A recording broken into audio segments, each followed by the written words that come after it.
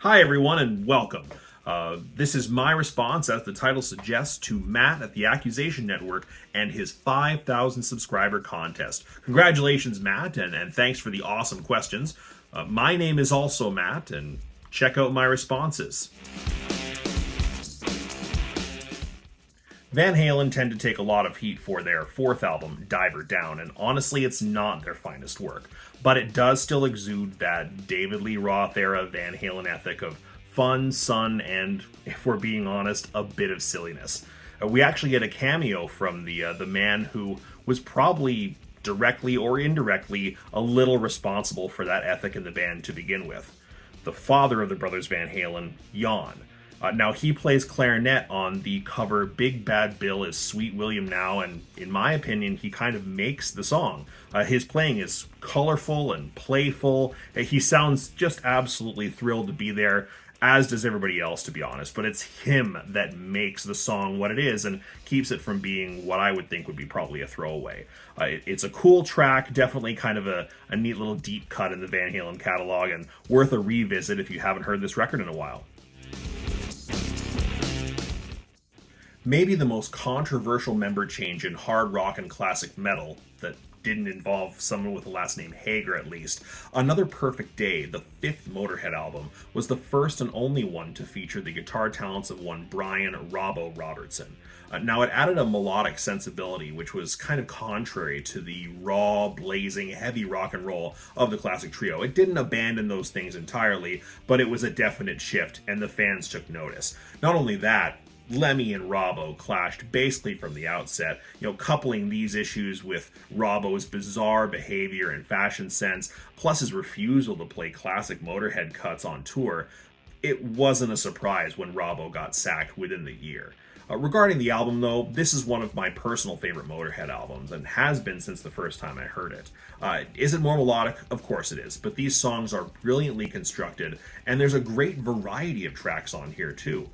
It's arguably the most experimental Motorhead record. I mean, as experimental as that band gets. But I absolutely love it.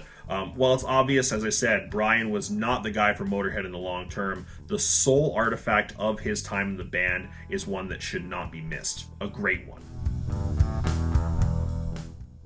This is the question that I struggled with the most. Now, of course, I'd heard songs with animal sound effects or animal vocals on them before, but do you think I could think of a single song title that would have led me to a good answer for this question? Off the top of my head? That would have been very nice. Finally, though, after an exhaustive search of my record collection, I came upon crickets. And some birds too. Ironically, on a song called Black Tiger, the title track from the fourth Y&T album. No tiger noises? No cat noises? What were you guys thinking? If anybody knows Dave Meniketti or anybody involved with this record and can ask them why there's no tiger noises on this song, I would love to know what they have to say. But in any case, a great song, a great album, part of what I would consider to be Y&T's holy trinity. Earthshaker, Black Tiger, and Mean Street, the follow-up. Great album, great song. Can't recommend it highly enough. I had to find a place on this list for the greatest band in the land. And when I was thinking about atypical instruments, my mind started to wander to flatware. Lots and lots of flatware. Specifically cutlery. Big trays of cutlery being thrown down the stairs by Judas Priest and their producer Tom Allom for the classic cut Metal Gods off of British Steel. They did this over and over, trying to capture the perfect sounds of the machines marching in the streets, dragging iron feet, their laser beaming hearts, ripping men apart. A really cool piece of the band's history. So I might have played a little bit fast and loose with this one. I was thinking about the country of origin for the specific band members in the given project that I would use to answer this question. But even with that said, I think that I'm going to surprise a lot of people with this one. Now, on the release of their first album in 1988, LA Guns sounded like the quintessential American hard rock band of the time. But over half of the members weren't even American. Now, you, of course, had Tracy Guns and drummer Nicky Alexander, who were both California kids. Then you had Phil Lewis, who was from the UK.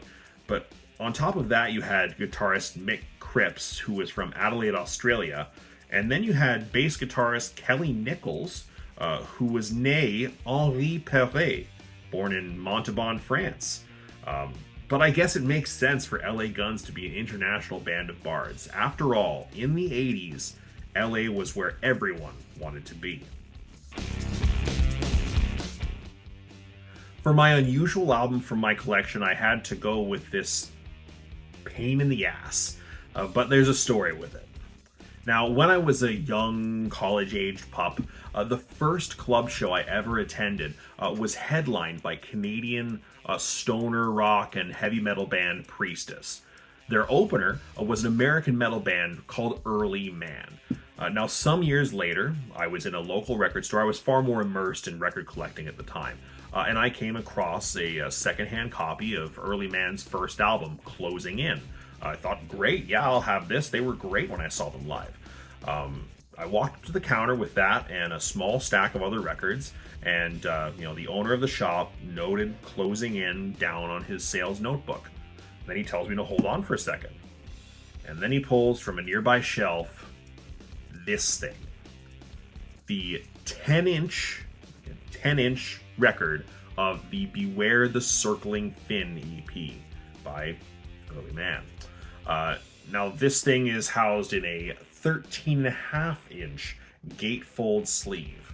Now you would put the record, I have the record elsewhere, you would put the record in these little teeth here. That's where it would be housed, in this massive sleeve. But you know what? I thought, what the hell? I was happy to have more items in my collection that were kind of related to that important moment in my life, my first club show, and a really excellent one. But this thing won't fit anywhere. It's, again, 13.5 inches, so it won't fit properly in my Kallax. I don't want to get another kind of shelf specifically for this thing, so anywhere I put it, it sticks out like a sore thumb. Oh well, I guess. Still, very cool band, very cool EP, and kind of a unique item. Well, that's it, everyone. That's what I've got for you. I'd like to thank Matt at the Accusation Network once again for putting on this great contest, for putting out great content that's fun and engaging, and for giving me a little kick in the butt to try YouTubing again. I actually really appreciate that.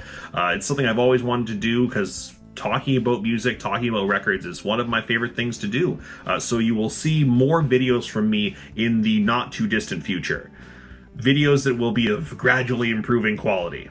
For now, sayonara, and I hope to see you in the next one.